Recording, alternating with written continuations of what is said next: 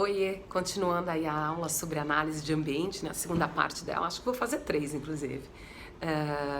Quero convidar vocês a dar uma olhadinha no material que está disponível, né, que fala sobre geopolítica do consumo, e ali eu dividi, né, um estudo subliminar, né, superficial ainda, sobre como as pessoas consomem, sobre o ponto de vista, agregando as informações que a gente falou, né, cultural, financeira, econômica e geográfica. E aí a gente começou essa aula olhando para a Europa, né, dividindo ela em 2 grandes blocos, um bloco daquela Europa tradicional, né, que tem o maior número de países, desde Alemanha, Itália, Espanha, Portugal e etc. E dentro desses países a gente observa que existe uma renda per capita significativa, né, em relação ao resto do mundo, consumidores extremamente sofisticados, uma galera que já consome e conhece de tudo, então fazer negócios na Europa é realmente bastante competitivo. A outra Europa que a gente fala não é a Europa consumidora, é a Europa da manufatura, né?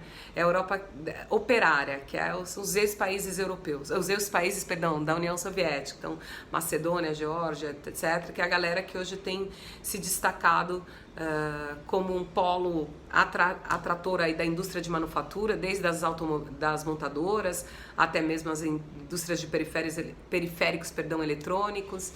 Existe também uma grande demanda hoje por profissionais de tecnologia de informação, e quando a gente olhou aquele ranking de competitividade nos nossos primeiros encontros, nós vimos que nas 20 primeiros países, todos os países desse grupão, desse blocão aí da Europa Oriental estão lá, bem posicionados, né? Países que até pouco tempo atrás nem faziam comércio internacional. A gente sai da Europa e caminha para o outro lado, né, do oceano, para aquele blocão, esse bloco mesmo econômico, que é o bloco mais desejável à primeira vista das empresas, principalmente das multinacionais, o NAFTA, né, Canadá, Estados Unidos e os queridos mexicanos, né, os hermanos, porque eles têm uma composição aí de 3 fatores que são extremamente atrativos para as empresas, né? Grande número de trabalhadores e consumidores, então são países populosos.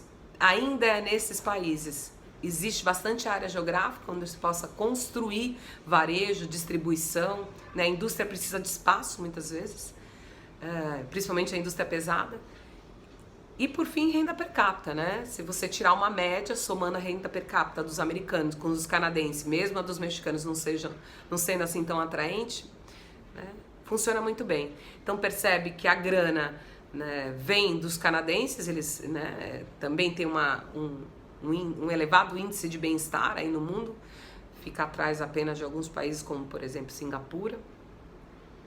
Os americanos são a tecnologia, o know-how, o entretenimento, né, a indústria aeroespacial, ensina o mundo como é que se faz atacado e varejo.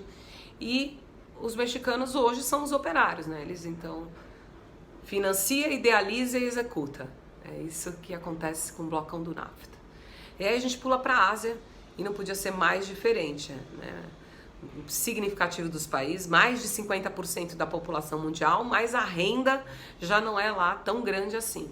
Evidentemente que Índia e China concentram o maior número de habitantes, e lembre-se que isso significa consumo e mão de obra. Então é muito difícil você bater esses 2 países hoje no que diz respeito a atrair empresas, porque o salário é muito baixo para esses países e o índice de desenvolvimento educacional e de educação profissional nesses 2 países também é muito bom. Esquecendo que o indiano, por exemplo, fala inglês, né? É a primeira língua dele, o que facilita muito os processos de internacionalização das empresas gringas, porque não precisam ficar traduzindo processos.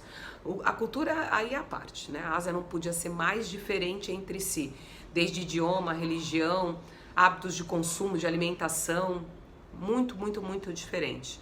Destaque também, quando fala de população, que eu tinha esquecido de falar, é perceber que a maior parte dos geógrafos dizem que em menos de 6, 7 anos a Índia vai passar a China no que diz respeito ao número de habitantes, até porque ela não tem política de natalidade.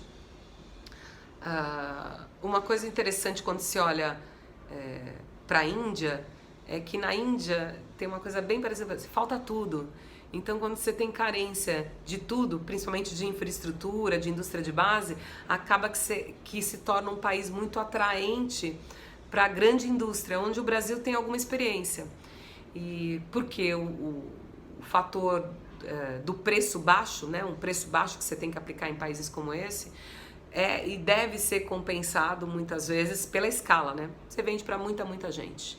E num mercado onde a competição, dependendo do segmento, quase inexiste, né? É só você e mais 2 ou 3 gatos pingados.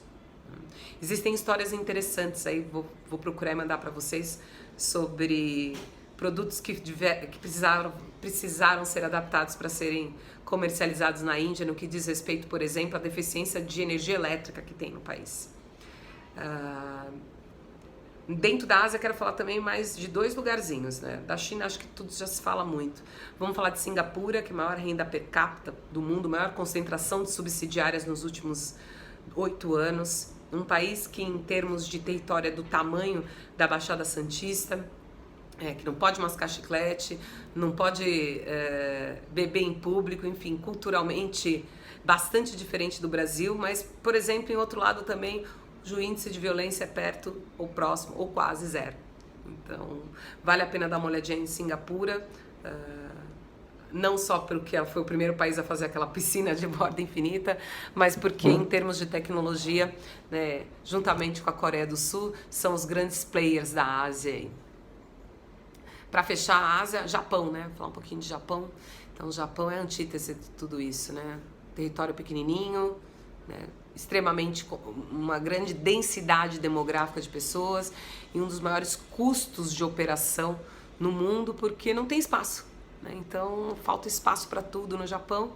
E o Japão, desde cedo, percebeu que a sua vocação é ter ideia, né? Desenvolver tecnologia, know-how e mandar para países, né, onde há deflação, onde o custo é baixo, para que possam produzir, mandar de volta para eles, para que eles possam ser os grandes traders de tecnologia do mundo. Para fechar, quero falar só mais de 2 continentes que são bem parecidos, o continente africano e o continente da América Latina, né? No que diz respeito a esses 2 continentes, o que nos chama a atenção é a escassez de recursos, e essa escassez de recursos acaba sendo um grande desafio para os processos de internacionalização. Os sistemas democráticos também não são o forte desses países, o que traz um grau de desconfiança muito grande para o investidor internacional, que vai depositar lá alguns milhares de 6 dígitos por um determinado período de tempo aí bastante longo. Enfim, acho que basicamente era isso. Te convido novamente a dar uma olhadinha no material, né, na aula de geopolítica, aula 2, para vocês poderem comparar a minha fala com o que está escrito lá. Um beijo, até a próxima aula, tchau!